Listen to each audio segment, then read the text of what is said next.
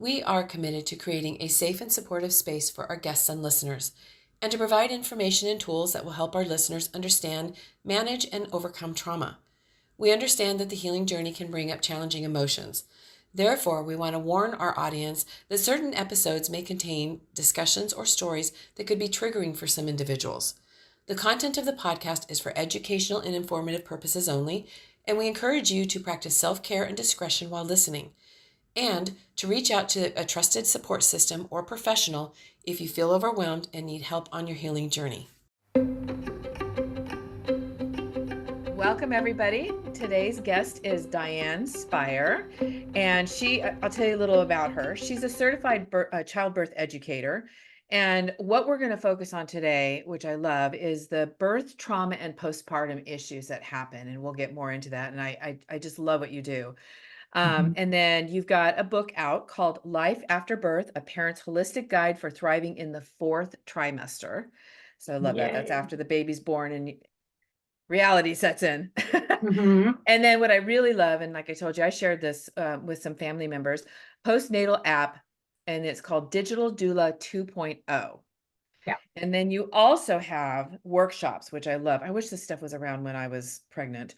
Avoiding birth trauma, the missing link in birth preparation. And then the other workshop is postpartum wellness, making the most of life after birth. And we'll have all the links and everything for everybody to be able to access. But I wanted to welcome you, Diane. Thank you so much for being here today and sharing this with us. Oh, I'm delighted to be here and to be able to kind of talk about these subjects really that need more attention. We don't pay enough attention to this. And as I've said many times before, there's a lot of literature now on pregnancy and birth, and there's a lot of literature on parenting, and there's a very, very small, literature on what happens after the baby's born. Yeah. And people do a lot of preparation for the birth, but they don't realize that it's also very important to prepare for what happens after the birth. Because the colloquial expression might be, the shit hits the fan. Yeah, your world comes undone, I tell you. It gets it's just so it's a real eye opener, and sometimes it's referred to as actually baby shock.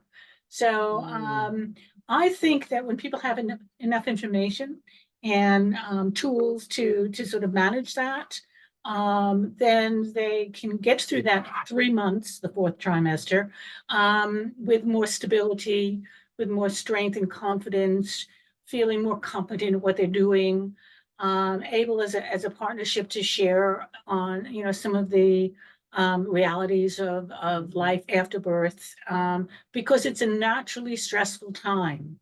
Yeah. And how do we manage that stress? I'll just give you an example. I just found out yesterday, actually, my daughter-in-law is pregnant and she's due in June. And I just found out my ex-husband is not well, and he's going to be staying in my son's house for a while. And it was like, okay, but that's probably not a great thing for a woman who's in her third trimester to have a house guest, and a house guest is not really particularly well. So, stress is there, and I'm really all about giving enough information to mitigate that stress. It's going to be there, but, we can dance with it, or we can fight over it, or, lots of ways that we can respond to it. Yeah. And so I'm all for helping people really thrive rather than just survive through that process. Yeah, I do remember after our conversation we had, I just remember reflecting back on that. And you are so right. We prepare for being pregnant. We prepare being pregnant, and we prepare for, when the baby gets here and all the clothes but there's the whole emotional part. There's the physical part. Yes.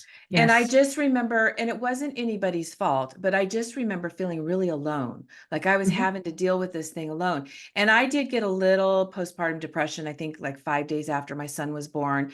And I really glossed over it compared to certainly what other people do.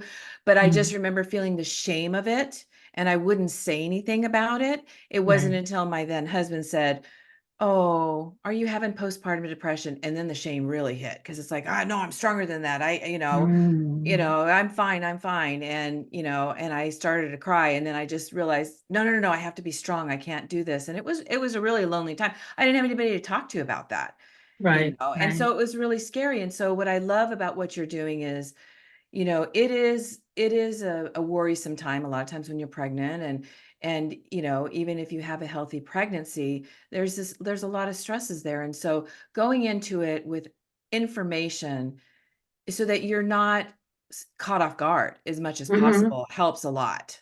Absolutely, absolutely. Good point. Because that's exactly what does happen is people are like caught off guard. Yeah, Well, no, how come nobody told me about this kind right. of reaction?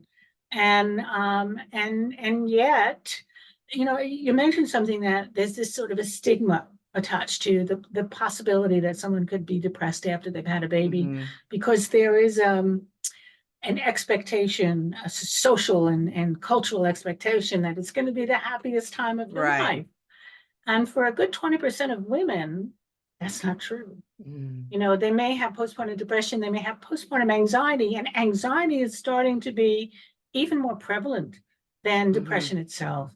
So between those two things, when one in five people, like I used to teach childbirth classes, and I might have six couples in the class, and one of those couples is going to come away, having difficulties in terms of mood disorders after they give Mm. birth, and that's something that through my dedication to the whole postpartum period, and it's been 40 plus years now.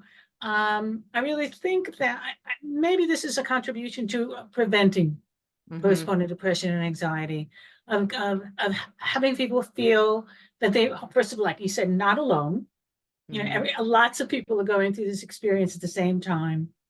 I used to run a mother and baby exercise class for 20 years. I did it mainly in New York, but I also continued it a little bit here in the UK after I got here. And it created a sense of community among people. They kind of organized their week. It was twice a week class. I did my own private classes and I taught in the local Y, and it kept me in good shape. But Hmm. mainly for these women, they kind of structured their week around it, and they would Yeah. wait. They had questions. They'd bring their questions, and that sense of all of us being in the same place at the same time was just really powerful for them, and empowering for them.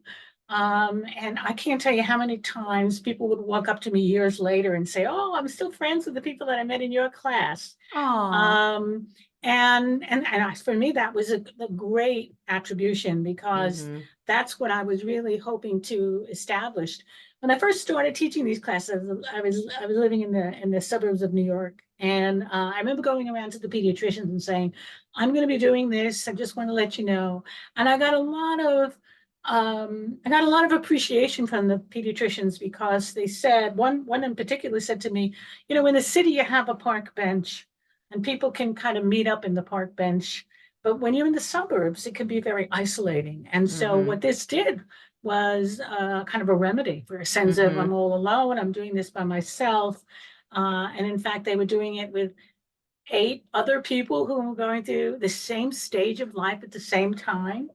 And the Hmm. sharing of that experience was such that, someone whose baby was now 6 months old had knowledge and wisdom that they could share with someone whose baby was 3 months old. Hmm. And that kind of interaction, that kind of knowledge sharing and information sharing, was really so satisfying.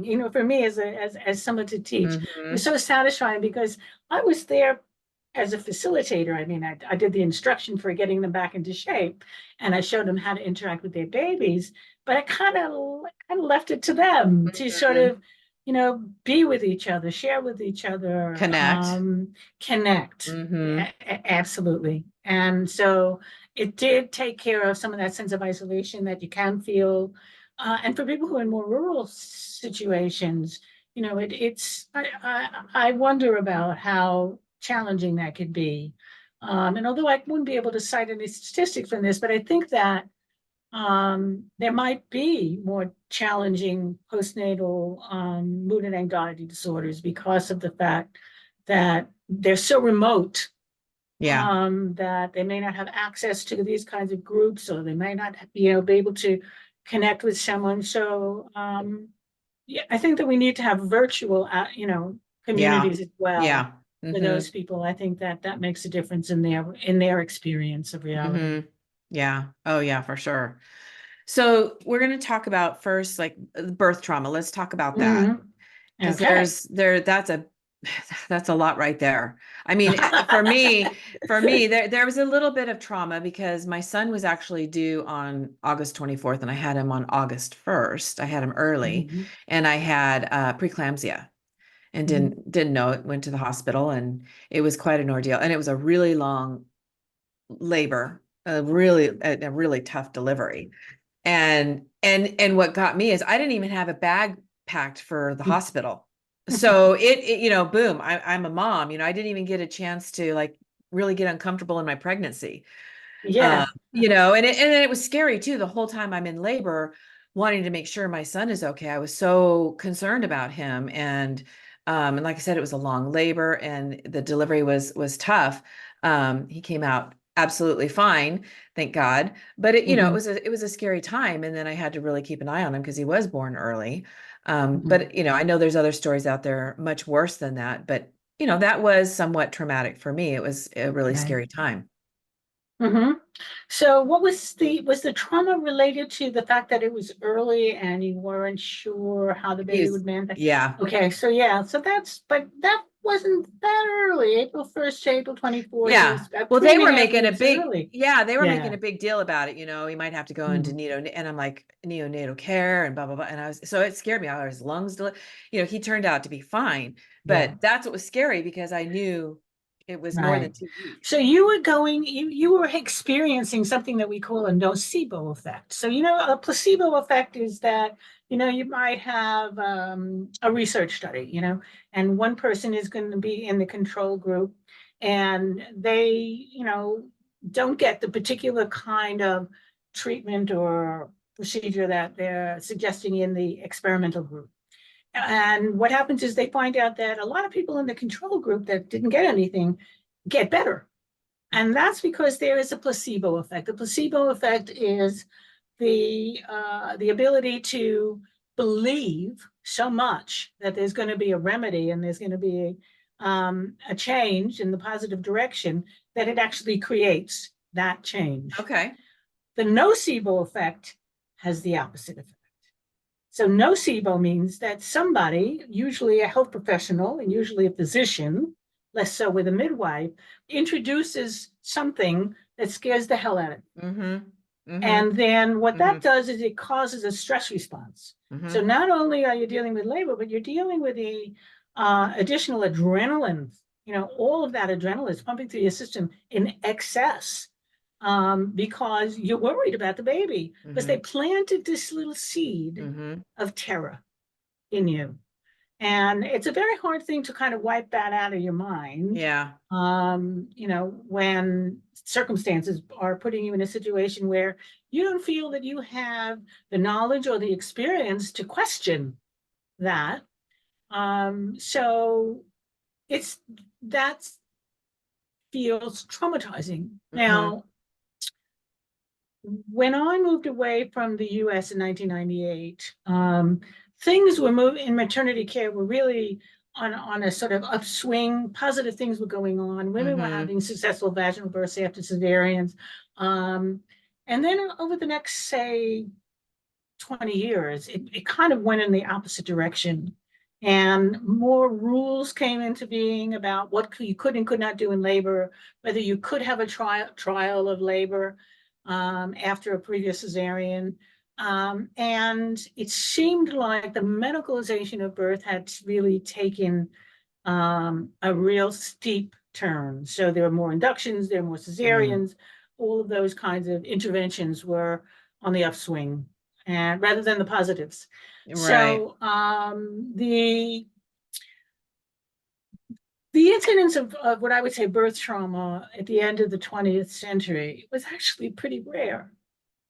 But the over medicalization of birth after that created traumatizing situations. Now, it would not meet the criteria for post-traumatic stress disorder, because really only about 3 to 6% of people actually get to that stage.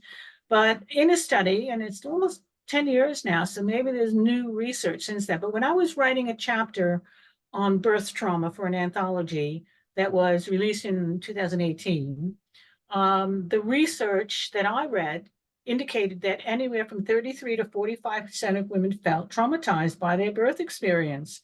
And that's a huge number of people walking out in a kind of state of shock. Yeah. Supposed to be one of the happiest days of their life, right?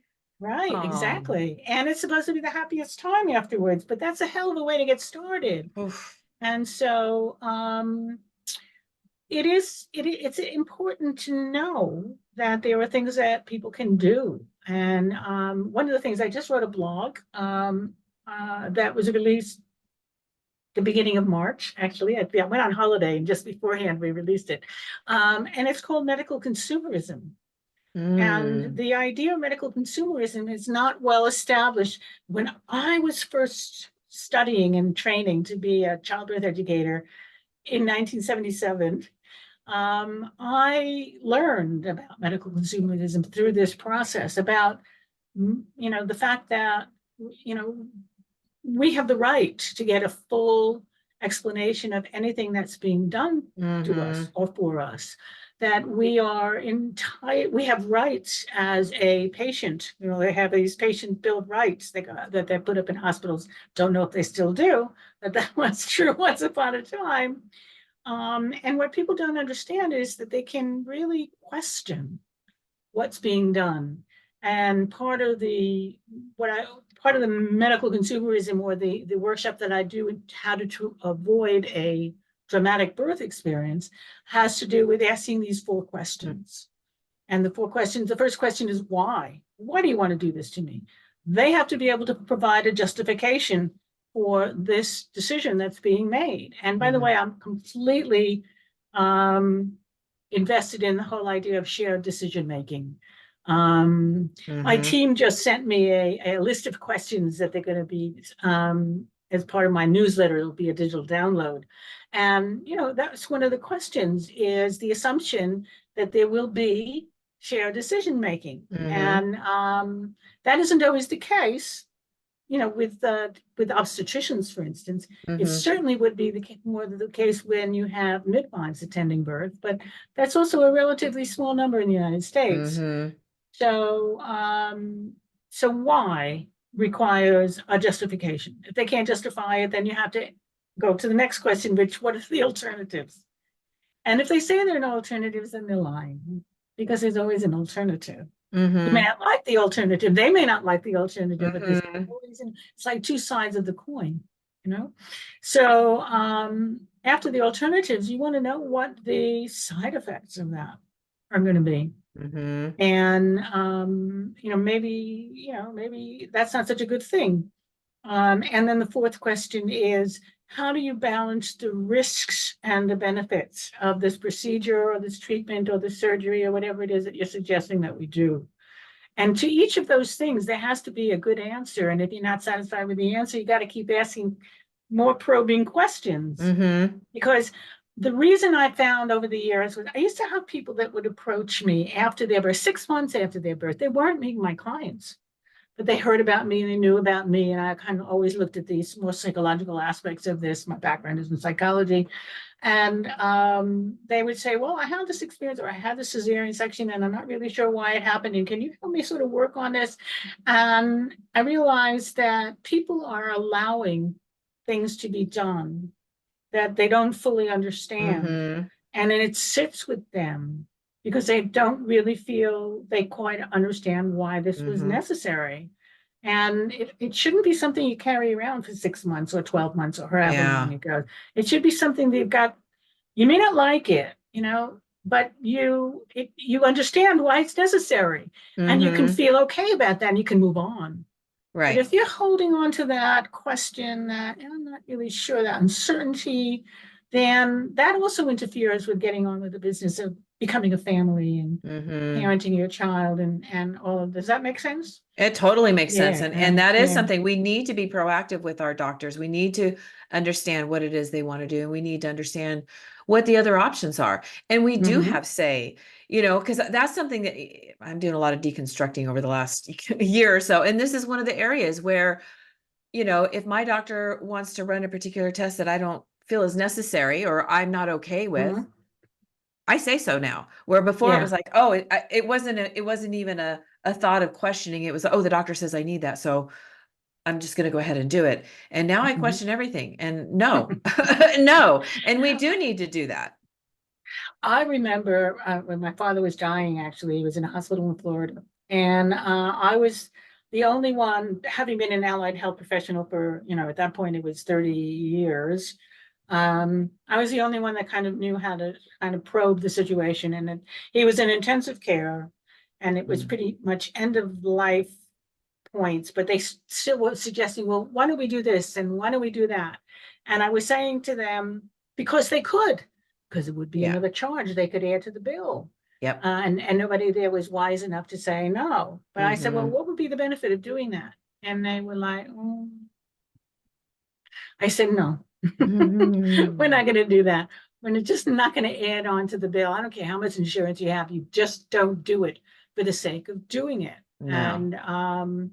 And we need to know that just because they're doctors and they have a lot more experience and a lot more knowledge in certain areas, we are the experts of our own bodies. Correct. Yes, we know our bodies better than anybody. Anybody. We need to listen to our bodies too. Exactly. And that kind of experiential knowledge is very important in a situation when you're in the hospital. And what often happens is we abdicate our rights because someone says, well, it's a hospital policy. And this was an example I used in my blog.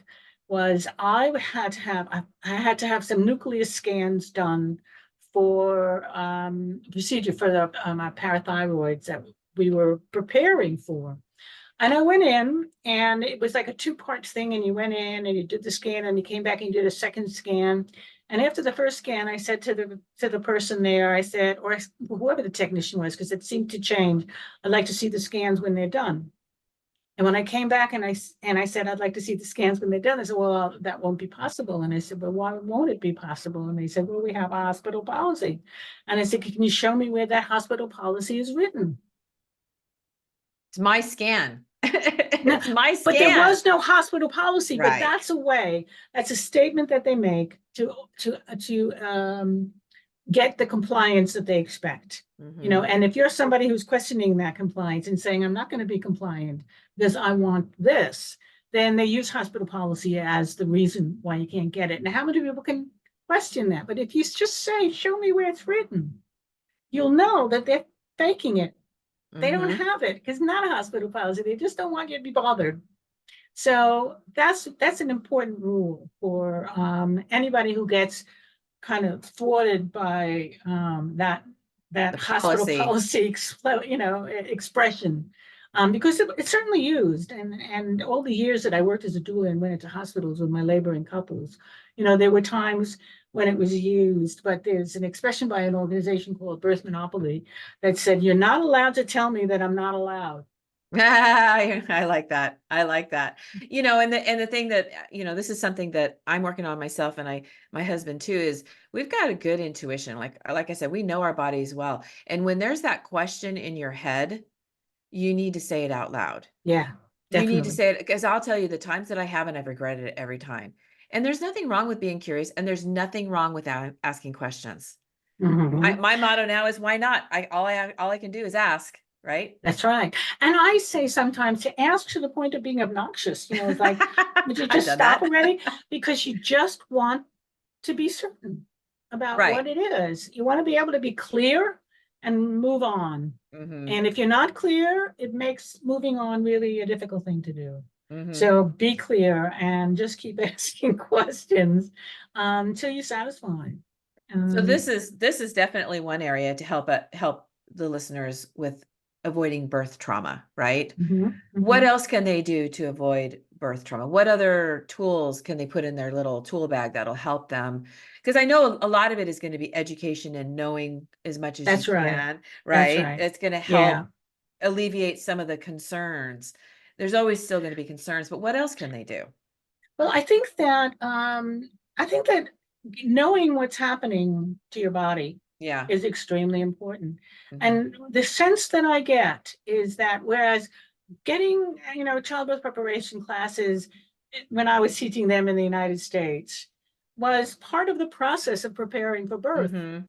I don't know if that's still the case. I think the level of people going for childbirth education is sort of narrowed down Mhm. because they think they can get all the information on the On the internet. internet. Yep, you're right. And maybe You're they'll right. read a couple of books here and there. So I Mhm. think that I'm hypothesizing that could be a contribution to a sense of feeling traumatized by the experience of going into the hospital. I think one thing that people should always do is take a tour of the hospital, Yes. Yes. and take a walk. And when I used to be teaching all the time, I would always suggest that people do that. And then towards the end, they started having these virtual tours. They didn't even have people come in. Mhm. But the advantage of doing a hospital tour is you know where to park, where to go in, you Mhm. know what to expect. And if you're, walking around the actual maternity unit, if you can, or even the postpartum unit, you might end up meeting somebody who's on the nursing staff that happens to be on duty when you go into labor. And so you feel as if you've connected with somebody, Mhm. rather than, you're dealing with strangers in a strange land. Right. And you're in That's actually pain. very, yeah, it's very true because in the UK, the first point of contact for maternity care is a midwife, and an obstetrician only Mm. comes into the situation when there's a complication. Okay. Midwives do things differently than physicians do. And so now, I just lost my train of thought. Why did I bring that up? Well, you were talking about going to the hospital and viewing it and Right. how in the Okay. UK. So in the UK, midwifery care is fragmented. So for the whole prenatal period, you'll see somebody who's called a community midwife. And then if you're going into the hospital, you go into the hospital, it's a completely different group of people who are employed by the hospital. They're strangers. And then you Mm. go after the birth, you go back to the community midwives. That fragmentation of care, I think, also contributes because you don't have the connection with the people who are in the hospital doing birth. Yeah. You haven't met them, you don't know them, they don't know you, which is another reason why having a birth plan is an important thing. Because if you go in with a birth plan, even if you've never met these people, they know what you want, they know what your preferences are, and they'll be more able to, help you to meet those expectations rather than if you didn't and they were Right. complete strangers. So it's a little different because in the United States, the advantage is your carer is somebody you see from the beginning to the end, Right. and they know you. And if you're working with a group practice, you might get to share your birth plan with as many of the partners in that Mhm. practice. And sometimes there are practices that have obstetricians and midwives. So, but that communication is really important. And what a birth plan does, in my view, is it provides that kind of communication with your practitioner and letting them know what you want and what's important to you. And when birth planning first became a popular thing to do, which was the early 1980s, and Mhm. most obstetricians didn't like it. They felt that it was challenging their authority. Oh, I could see And that. I went to speak to some of them and I said, no, you need to reframe this in a different way. Here is somebody who's telling you what they want. And it's in black and white. You don't have to guess. And Yeah. it's a clear way of communicating with them what's okay, what's not okay, and letting them know that. So as a communication tool, there's probably nothing better than that. But for the Mhm. actual prospective parents, this helps them crystallize what's important. Now, the reason why the doctors didn't like it is people would go and say, I won't do this, and I don't want that, and I refuse Mhm. to do this. Yep. And then I said, that's not the right way to get your message across.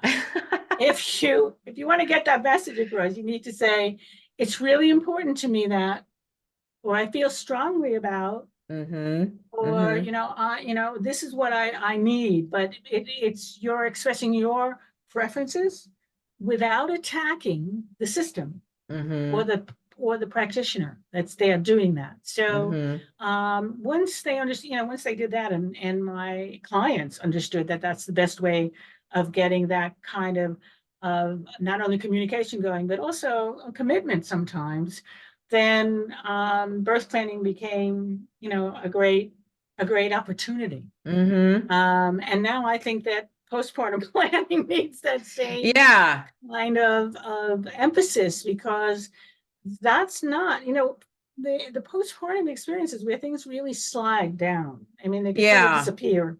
Yeah, so the postpartum or the postpartum part is after the baby's born and after you go home from the hospital, right? And so, yeah, that is where there is a big disconnect. That's where it was for me. So let's talk about that. Yeah, let's talk about that. Well, even in a hospital, they'll be in the postnatal ward, whether it's here in the UK or even in the US, they don't have the same level of staffing. Yeah. They will have two nurses. They'll give you contradictory information about how to breastfeed. There'll be, there's a variety of things, but it's not the emphasis. It's like the second cousin to the, intrapartum experience of labor and delivery. It's just not that important. And it hasn't been given that kind of importance in terms of not only care, but just basic information. And so, I started running postpartum support groups back in 1979. And, listened to mothers and, and it wasn't because they had perinatal mood and anxiety disorders, which is what it tends to be now. It was just to provide a forum for mothers to come together and to sort of, have a shared experience with other people, talk about what concerned them or what they learned, or things along those lines. And it's always been an emphasis of my work. I mean, I was a birth educator for 20 years actively, after which I started doing it individually and privately with people once I moved here to the UK. I had worked as a doula, so I've gone into labor with women, both in the United States and here in the UK. And I've also gone into the home after to work as a postpartum doula. And I find that we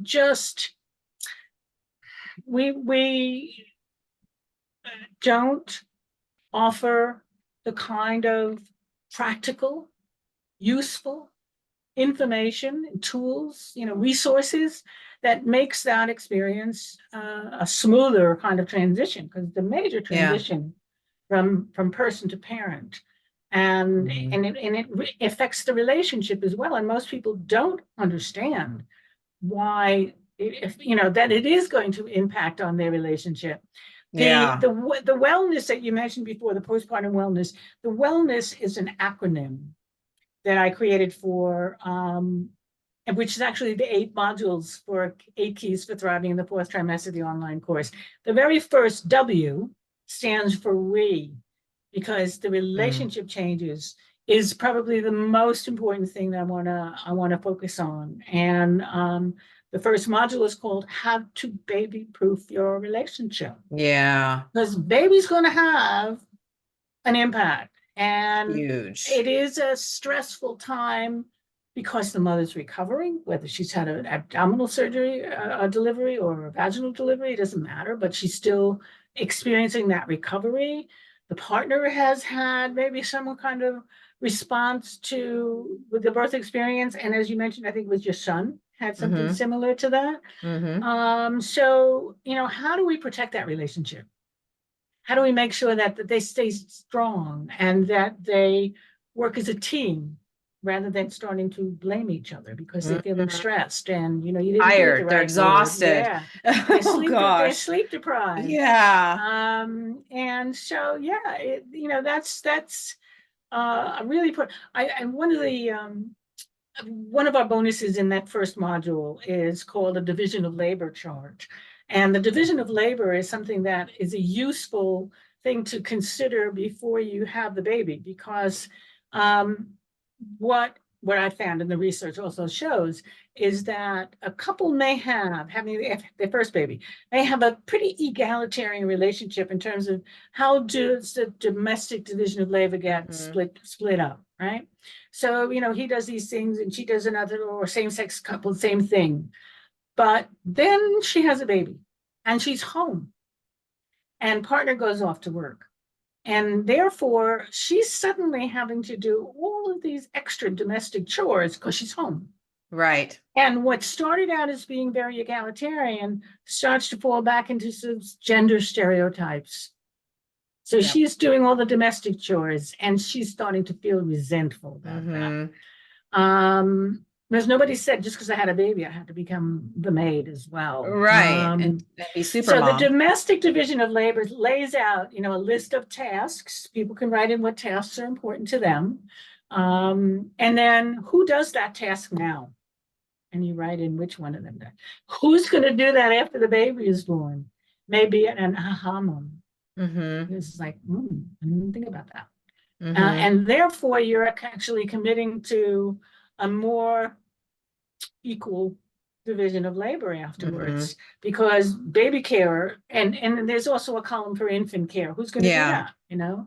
Who's going to do the diaper changing? Who's going to do the bathing? All those kinds of things. It can be, partner may not be able to breastfeed, but there are lots of other things that can be done. Yes. And so when you create a division of labor, and it's a very beautiful tool, we made it very attractive. I love that. I wish I had that.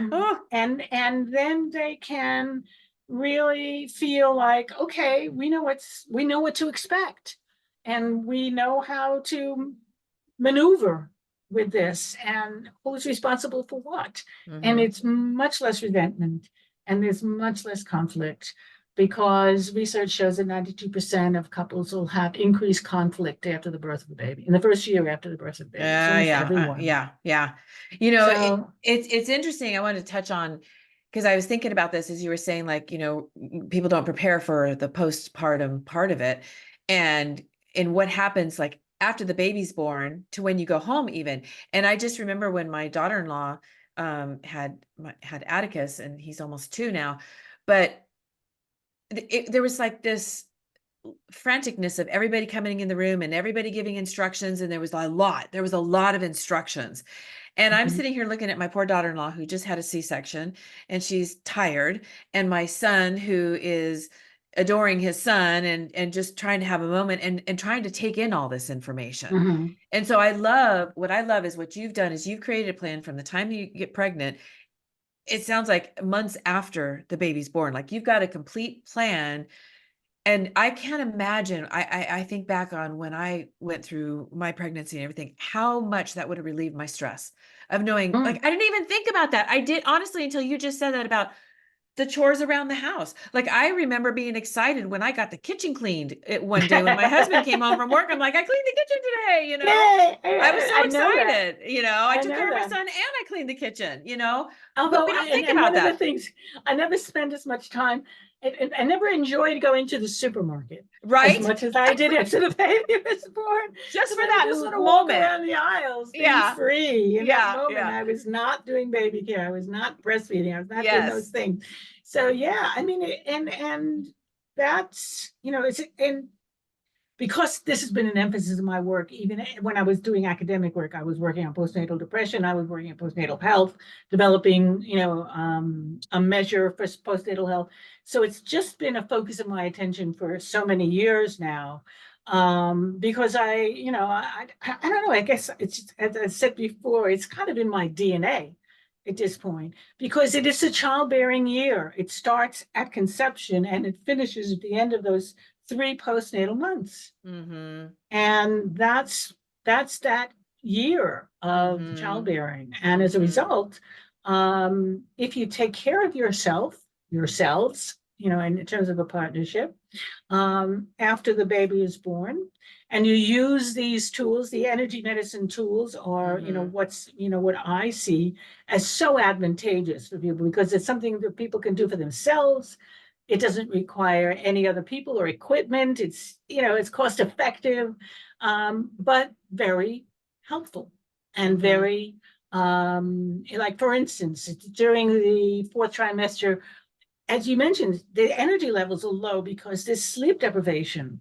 And so for low energies, we have something called the daily energy routine.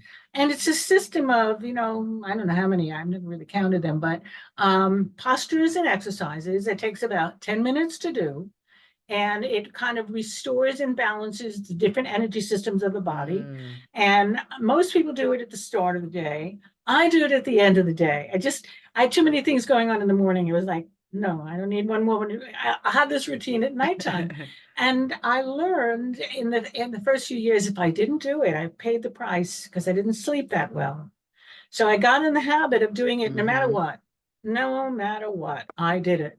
And it may be only once or twice a year. Like we just came back from a cruise, and the night that we traveled, the first night we traveled, I just crawled into bed. There was no extras done that night. And I didn't sleep that well, but I think it was a circumstantial. But I found that it really gets my energies humming. And so it is one way of restoring energy levels for new mothers, especially during that time. So they feel a little bit less washed out by the experience of 24/7, parenting. Plus you've got the woman, her body is just made a baby and delivered a baby and now is trying to go back to what it was before. I mean, I know it takes your body like a year to recover from giving birth. I mean, really, right? That's what, am I right? It depends.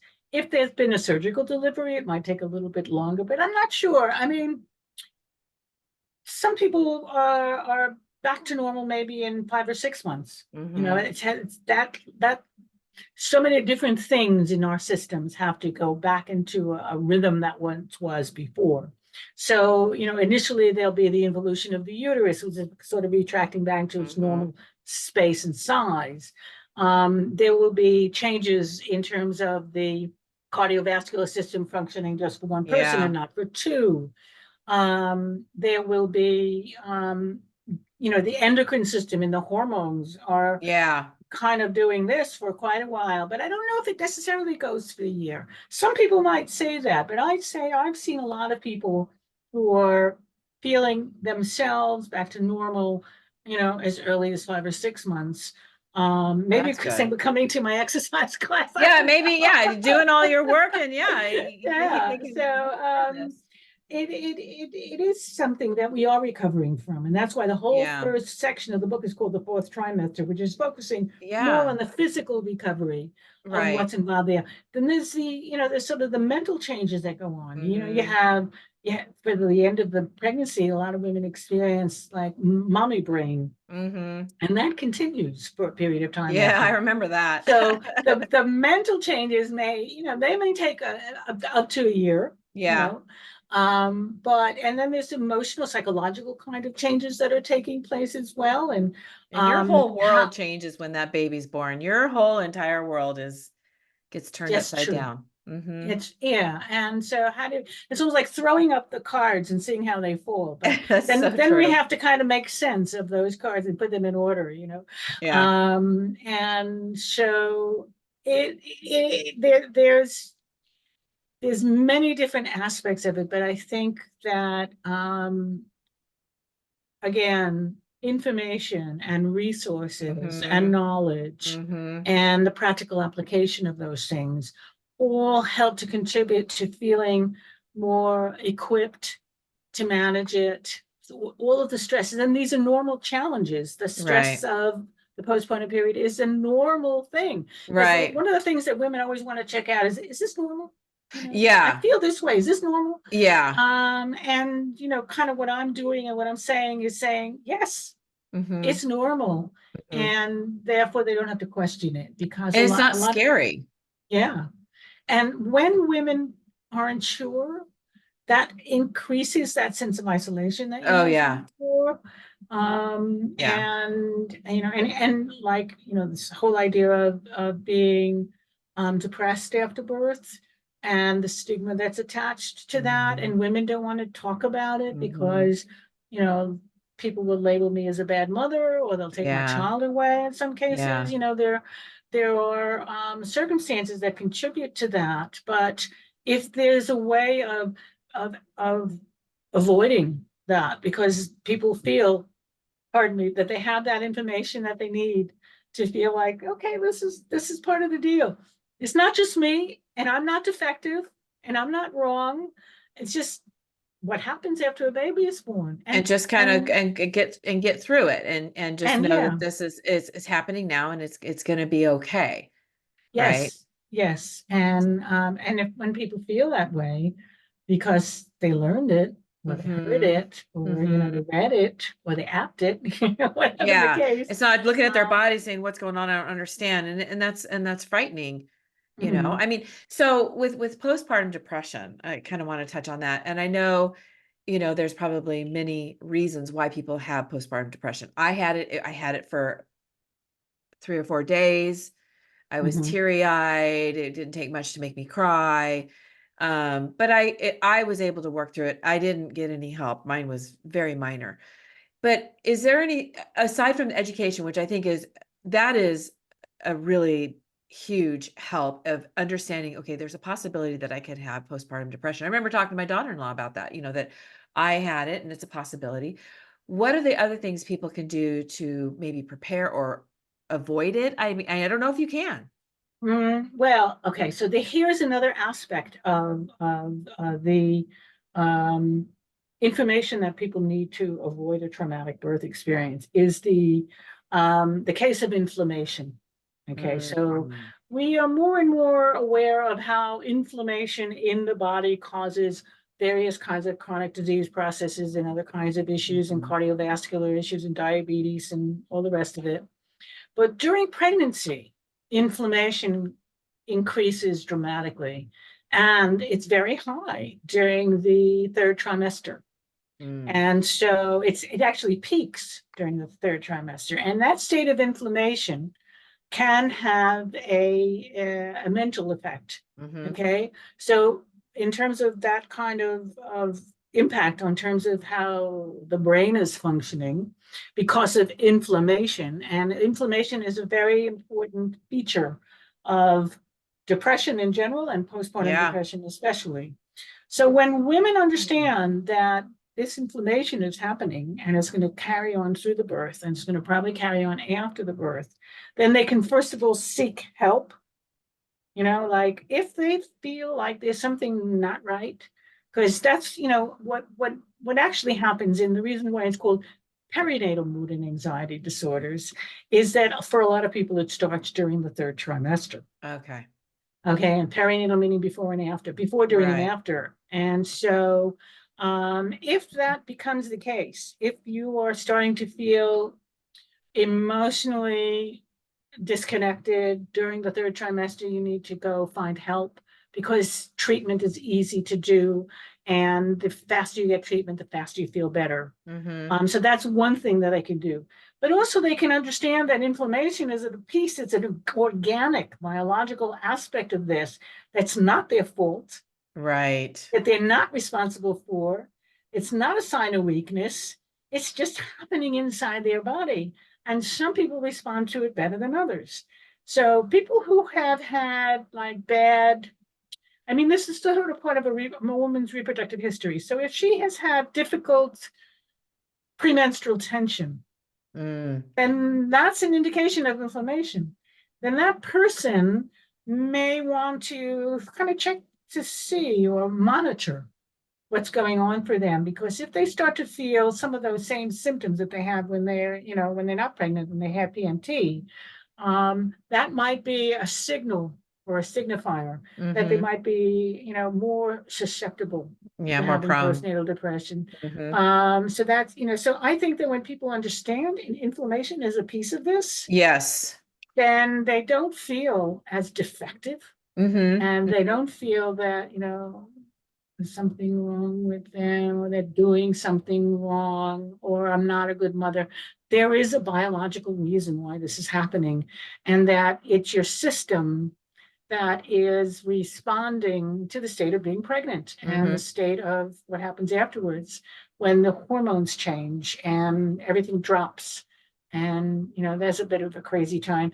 It sounds to Yeah. me like the experience you had was not so much postpartum depression, but just the sort of the hormonal shift that happens Yeah. days after the baby is born. Like I Mm-hmm. remember I stayed, when I had my baby in 1974, first baby, he's going to be 50 this September. Oh my Wow. God. But it was hospital, it was with an obstetrician and it was in a hospital. And I lost my thought again. Well, you're saying that Too you much don't in my think head. you're saying that you don't think mine was postpartum depression. It Right, was, right. and And I came home 5 days afterwards. And I remember sitting down and all these cards came in and I read yeah, just a greeting, happy birth of the baby boy. And the tears were streaming down my face. And it was like, yeah, why am I crying?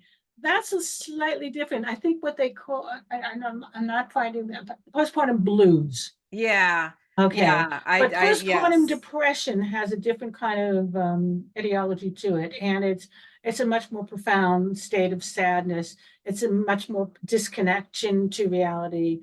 It's not being able to function in terms of taking care of your baby. It's not having that kind of interaction that babies need in order for them to thrive. It's having no interest in doing anything. All of those things are yeah. part of that. And it's a much more serious, it has to be going on for more than 2 weeks. So, there are I signs. had the The blues. most important thing to know is, say that again? I said I had the blues, definitely. It was just the Yeah, blues. yeah. But it's so important for people to know that they don't have to live with that. They Right. need to go find some help, Mm-hmm. because there is help out there and it's easily treated. Yeah. And it can be restored with certain kinds of medications or maybe talk therapy or a variety of different kinds of treatments that are out Mm-hmm. there. And they're not stuck with that, or they don't need to be ashamed of that, or that's part of the difficulty of Mm-hmm. finding yourself depressed after you've just had a baby. I mean, I had a little bit after my second child was born. I had a period, I will say, I was still functioning, but my mood was down. Mm-hmm. And it was maybe 3 months down the road where I thought, oh, I haven't been, I've been a little bit down. But it Ah. didn't require anything. And I kind of, I was naturally restored to my normal self. Mm-hmm. But for some people it isn't, and it's more severe than that. And Yeah. and it's And really it's worth real. getting help. It's It is real. real. It's not imagined, and it's not a sign of weakness. It's actually, No. it's actually for depression in general. Yeah, there's a book that was published some years ago called Curse of the Strong. Depressive illness, the Mm-hmm. curse of the strong. Because what happens for a lot of people is they just keep going, Yeah. even though they can't do it, they can't do it. They Yeah. just keep going until depression says you must stop now. Yeah. And it makes you stop. Yeah. It Yeah, it forces you to stop. forces. Mm-hmm. So absolutely, yeah, absolutely. Mm-hmm. So yeah, so there's treatment, there's ways of getting it. Don't feel ashamed, don't feel Mm-mm. the stigma, or don't let the stigma stop you from getting the treatment that you need, because there are some bizarre stories out there that I've heard over the years of, people go into the hospital and, they have maybe there's something wrong with the baby, and the nurse decides there's a problem with this, and they call CPS or Child Protective Services, and all of a sudden, Yeah. there's some really bizarre stories like that feed into a woman's concern or fear that, Mm-hmm. if I admit to the fact that I have depression, they're going to take my baby away from Mm-hmm. me. Or There's if I still a admit to stigma this, about yeah, that. it's true. It's absolutely true. But there's more and more help. There's more and more um, services Mm-hmm. and resources to get that taken care of. So my little contribution is to give people the kind of resources and information that they can use to feel a lot more competent about what's happening to them, to manage the stress factors, to enhance their bonding and attachment processes, to strengthen their relationship, and to feel more energized. That's a way of avoiding, I think, getting depressed or And even feeling anxious. yeah, and it's very empowering. right? Yes, it is. And so Absolutely. you feel like you have the power and you're in control and as much as you can be. Mhm. Yeah, I wish I had that because you are right. That time after the baby's born, that 3 month time is a really scary, lonely. It was for me. It was scary and lonely. Mhm. And my son, I mean, bless his heart, for the first 6 weeks, he had me up every hour to eat. And he was a good eater, so that I Mhm. was really sleep deprived. And then after that, we did well, but and nobody could help me with that because I was nursing him. Nobody could help me with that. Mhm. So it was me and it was Right. exhausting. And I joke that I'm still trying to catch up on my sleep from then, but Mhm. so I love what you're doing, and what you're doing is you are empowering people from the minute they find out they're pregnant until 3 months or even longer. And so this Mhm. whole process is the beautiful thing that it should be as much as possible. And you're Yes. empowering these couples. Mhm. Well, I used to teach at birth, I kind of was trained to teach childbirth education in various modalities, but I created one called Birth Empowerment because I Ooh, found over the years that birth can be an empowering experience, and women can yeah. kind of find out what their bodies are really capable of doing. Yeah. And again, it's the same thing. If you have the kind of information that you need to understand about birth, then you can use that to get through the birth experience, and you can use relaxation techniques to Mm-hmm. manage the pain. You can, there are different things, but I don't think women are having that same experience so much anymore. They don't get that kind of in-depth, comprehensive Mm-hmm. information about birth, which may be another contributing factor to trauma. Yeah. So, I had a class that just talked about the first stage of labor, and focused on what's going to happen to you, what's going on with your body, what you need to do together.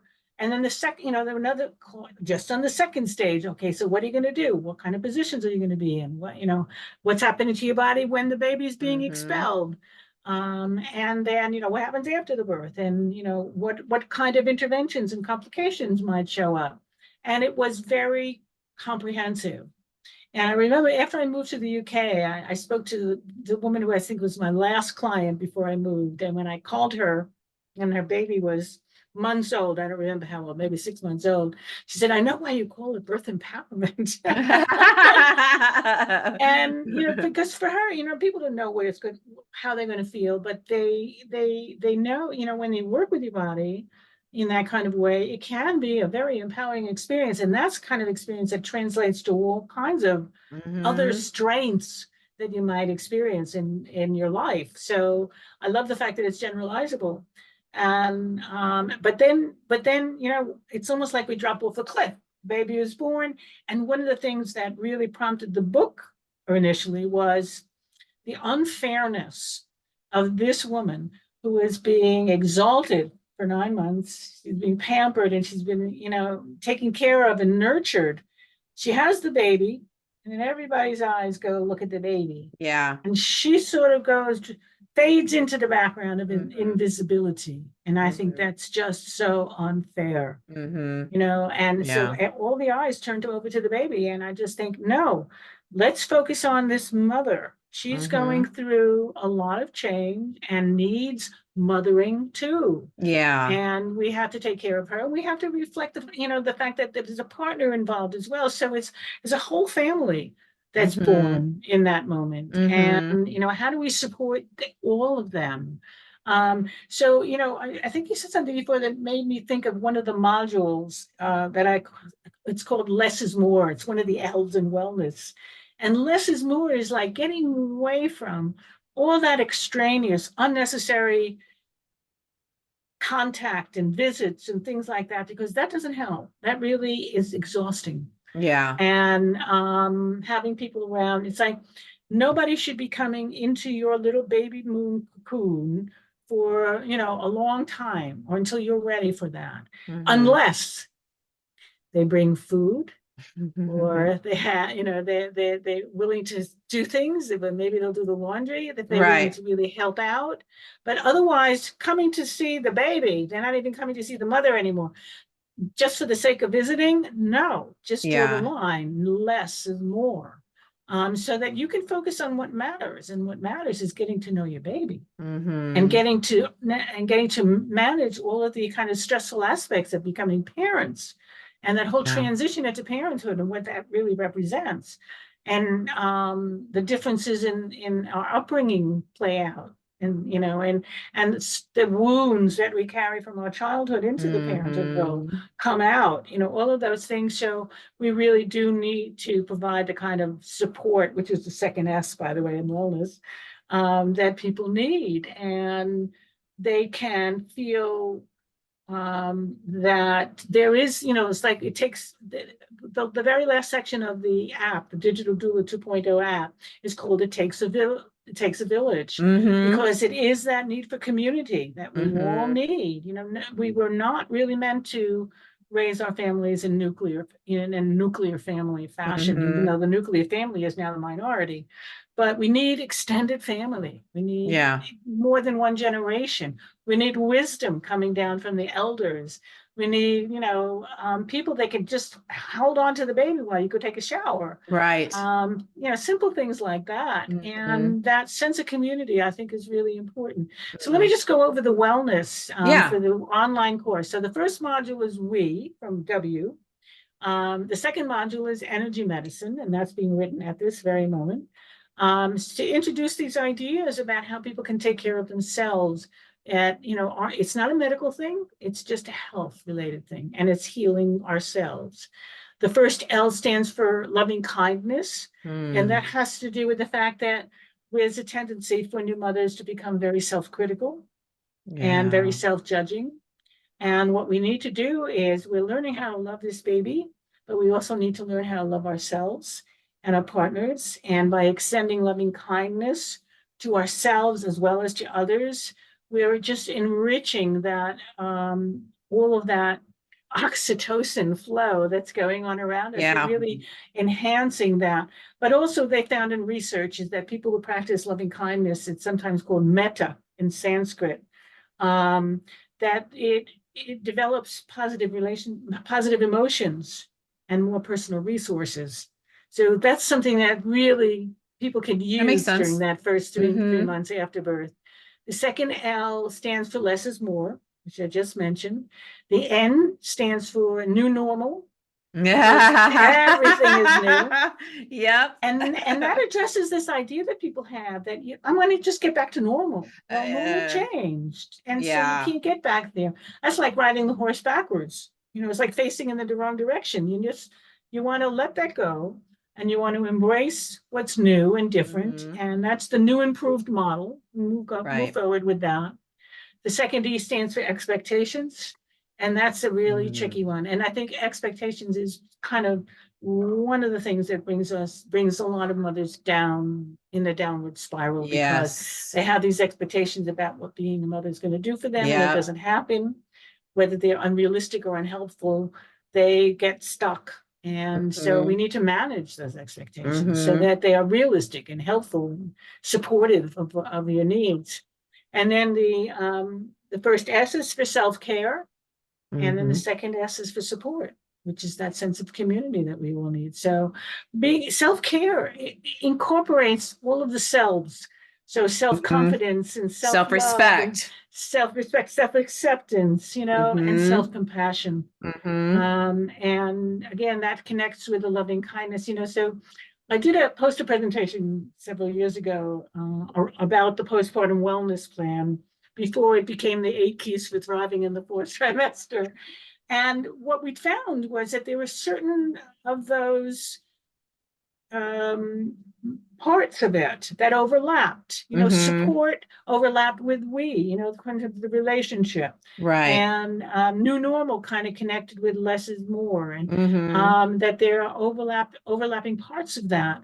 But if you address those, if you take care of all of those aspects about what's changed in your life, then, you know, you get to the other side of that 3 months feeling really, as you said, empowered, because I got through that, okay?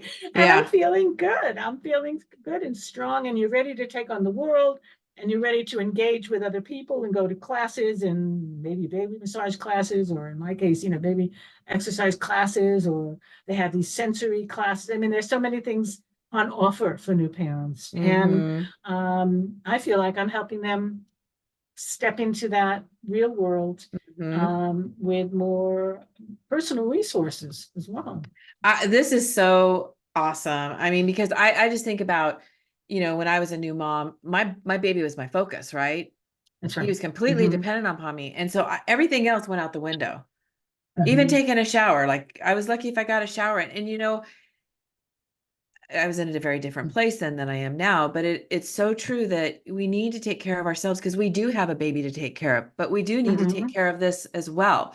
And what I Right. love is that you really encompassed everything, that I could possibly think of that would help Yeah, create a good start for this family that just exactly. became a family. And there's so many factors that go into it when you bring that baby into the world.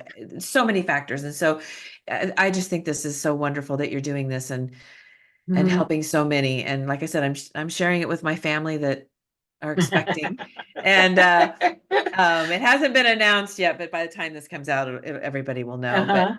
um, Right. so I love it. And so tell everybody if they wanted to connect with you. Like I said, I announced a lot of the things that you offer, and we're going to have the links. But tell us Mm-hmm. what's the easiest way to get in touch with you? Okay, so the easiest way is through my website, which is dianespeier.com or www.dianespeier. Let me spell it, because people always spell my last name incorrect. So DIANESPEIER.com. And that's my main website. But if anybody's interested in coming into the online course that we're launching on a sort of beta testing, we're asking Mm. people to participate in this and provide us with some feedback at an extremely reduced cost than what it ultimately will cost when it's in its final formation, I guess. Mm-hmm. And they can do that through thrivinginthefourthtrimester.com. So it's thriving in the 4th trimester.com. And there's a free download about the daily energy routine that I mentioned before. There's also the option of them getting a hold of the what we call energy medicine for postpartum resilience. That's the 60-page download that I mentioned before. Mm-hmm. But they can also register for the online course there. They can go to Digital Doula and get, Digital Doula 2.0 is available on in the App Store for an iOS version and for Google Play for the Android version. The book is Life After Birth, a Parent's Holistic Guide for Thriving in the Fourth Right back Trimester. there. And yeah, it is just chock full of all of the years of my experience of working with families and working with new mothers and babies and sharing that wisdom as well as experience and knowledge. And so I really do think it fills the gap that's just there between Yeah. birth and parenting. It's just like I felt like I needed to fill a gap with Mm-hmm. information and resources. And the advantage of the Digital Doula 2.0 is that in the book, there are lots of links listed, but they're all in black and white. In the app, those are live links So that you can people just can click click on it. It's on yeah. and they can get access to that information. So yeah, and we're going to continue to add more content to the app. That's the advantage of an app over a Mm-hmm. book. Yeah. Yeah. And when I was creating the app, it was right after we published the book, but it was also kind of in the works because it was the original version and we were now upgrading it. And things that didn't go in the book ended up in the app. There you go. There you go. And it was great to be able to do that. So yeah, there's an app, there's a book, there's an online course, there's just lots of and you can find me on Facebook, Dr. Diane Speier. No, not Facebook is Dr. Diane S. Speier. In Instagram, it's Dr. Diane Speier. I don't even talk about Twitter X anymore because I don't think any it just doesn't come I'm into not my on that mind. app. I'm like, I don't need another Right. app. I don't need another one. But they can also find there's a digital doula page on Facebook that they can find as well. So yeah, I've got lots of social media contacts, but I am really dedicated even after all these years. Mhm. And people used to say to me, "Aren't you tired of that?" And it's like, no, I don't really No, get there's still a tired lot. of this. No, there's a lot of people that need help. Yeah. And I always think of it as sort of providing a soft landing for Yeah. those babies that are being born. Because if Hmm. their parents are feeling confident and strong in that initial phase after they've had their baby, then it can only be good for the baby Hmm. and for the baby's development and for the baby's sense of safety and attachment and all the rest of it. So there's definite benefits to making that investment in what you want to know after a baby's Yeah. born. I mean, that's what one of the reasons I've done this podcast is to make awareness. And this is Hmm. an area of trauma Me that we don't too. even talk about. I remember No. when we got on our first call and you were like birth trauma. I'm like, oh my gosh. It's so true. When we started talking and it's like, and that's what I love is that we're bringing this awareness to these areas so that there Yeah. isn't the trauma there anymore, that there is help. And I Hmm. honestly never even thought about this. So thank you for doing that. I really It's my appreciate it. pleasure. Yeah, I mean, Yeah. I'm sure you've helped so many and just made their experience so much better, and that's wonderful.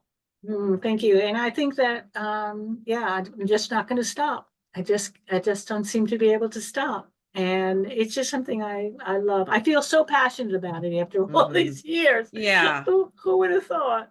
Well, then it's clearly your gift and it's clearly your passion. And when it Yeah. doesn't feel like work, the same thing with what I'm doing with this podcast. It is a lot of work, but I don't feel like it's work. I'm really Yeah. enjoying it. So, Uh-huh. Uh-huh. so what would you like to leave our listeners with before we go? I often kind of go back to the relationship of the couple, whether Yeah. it's during birth was a way of avoiding trauma, Hmm. or afterwards is sort of working together as a team. This really helps the family foundation. And I found that in the research that I was doing when I was writing this birth trauma article and other work that I was doing, I found that there was a lot of research that felt that when a woman felt supported during birth by her partner, she experienced less trauma. That makes sense. And then if you feel like you're working as a team instead of against each other and blaming each other and fighting each other after the baby is born, then you come through this with the connection, Yeah. fostering that connection. So I'd say pay attention to the relationship before and after and do that division of labor thing. And he needs to be educated too, right? Because Absolutely. if we Absolutely. focus on her. When I was teaching birth classes, I was always teaching couples, which is a difference. Sometimes here in England, they don't even teach couples. And it's just like, well, Wow. then he goes into the labor and he doesn't know what the hell to do. And it's scary for him. Yeah, that's right. He's That's standing there right. watching his partner go through all this and has no idea what's going on. That's right. So Mhm. I focused on them working together and Yeah. him feeling very much like I know what I have to do, and I can do that, and she feeling supported. So the research says that if a woman doesn't feel supported, then there's going to be a problem for the Yeah. relationship. And then after having the baby, just being able to stay connected as a team. I like to think of the duet metaphor because they're each singing a different tune, but Mhm. together it forms a harmony, and that works Yeah. for new families. So I Mhm. would that would be my tip. Well, thank you so much for, sorry, I got a little tickle in my throat here. But thank you so much for bringing this onto the podcast and making awareness of it. And excuse me, I'm excited to get it out there and Yeah. share because I mean, honestly, it's another corner I didn't even think of. And so I'm glad you contacted me and we did this. So thank you so much. Yeah, because your was about healing and growing, and my business was called birth healing and growing, birth growth and healing. So I thought Hmm. we've got common ground. You definitely do. And we're going to get the word out there. So Thank that's you, awesome. Lisa. And thank you so much. Thank you for bringing me on. Hmm.